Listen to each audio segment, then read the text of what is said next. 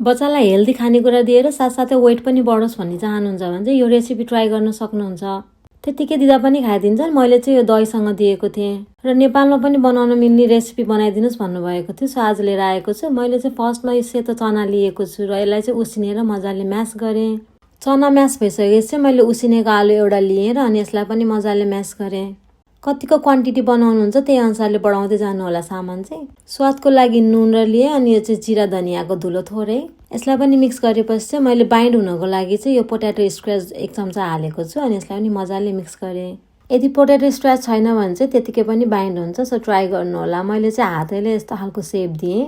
हजुरहरूले प्यानकेकको सेक पनि दिन सक्नुहुन्छ। लगभग यो रेडी भइसकेपछि चाहिँ प्यानमा अलिकति घिउ हालेँ, बटर पनि लिन सक्नुहुन्छ र यसलाई चाहिँ अब दुई साइडै मजाले पाक्ने गरेर छोपेर पकाइदिएछ लगभग रेडी हुन्छ। बच्चालाई पनि एकदमै हेल्दी पनि हुन्छ, मन पराएर पनि खाइदिन्छन्। हल्का सन्चो नभएर धेरै पछि भिडियो लिएर आएको छु। सो हजुरहरूलाई मनपर्छ भने हजुरले पनि ट्राई गरेर दिन सक्नुहुन्छ। हस्त धन्यवाद। Thank you for watching.